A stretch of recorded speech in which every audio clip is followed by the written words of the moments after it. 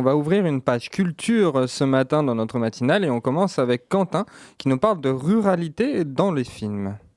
Et oui, bonjour Colin. Après des vacances de Noël à la campagne entre la Vienne et l'Indre-et-Loire, aujourd'hui j'ai décidé d'être un peu chauvin et de parler de films français sur la ruralité, tournés non loin du département de la Vienne.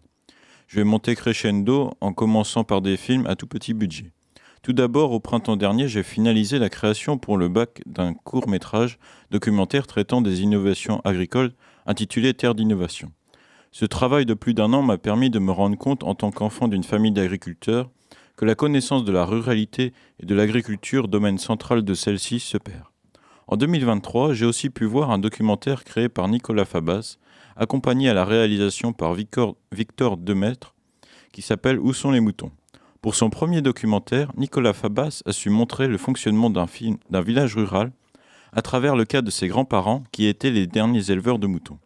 Ça se passe à Luché-Thouarcé, dans les Deux-Sèvres, et on y voit un mode de vie qui se perd, qui était celui de nos grands-parents. Certaines techniques peuvent parfois sembler trop anciennes, mais dans certains domaines, comme la façon de se nourrir et de cultiver son jardin, ce sont des choses qui reviennent au goût du jour.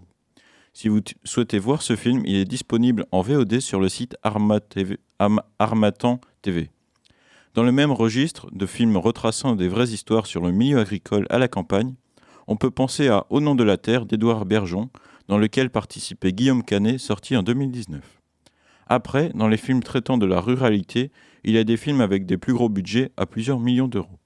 On peut penser aux comédies populaires comme Qu'est-ce qu'on a fait au bon Dieu ou Les Baudins qui puisent leur inspiration en Touraine. Le risque de ces comédies dites rurales est qu'il s'agit d'un genre particulier du cinéma où la réussite est parfois difficile. Car les films ont tendance à vouloir jouer avec les clichés, mais le ton utilisé n'est pas toujours le bon pour des sujets qui peuvent être parfois importants. Si dans les années 1930-1940, Fernandel et Marcel Pagnol étaient des spécialistes du genre, maintenant, parmi les réalisateurs qui donnent une bonne image de la campagne française, on peut évoquer le néo-rural Lambert Wilson, l'acteur et réalisateur Clovis Cornillac, sur lesquels je reviendrai, ou Nicolas Vanier, qui a réalisé Belle et Sébastien, L'école buissonnière et Polly. En 2023, les films sur la ruralité qui ont été bien accueillis sont Monsieur le maire avec Clovis Cornillac et Eye Aïdara, Sur les chemins noirs, sorti en mars avec Jean Dujardin, et surtout Les petites victoires de Mélanie Offray, qui avait déjà réalisé Roxane en 2019.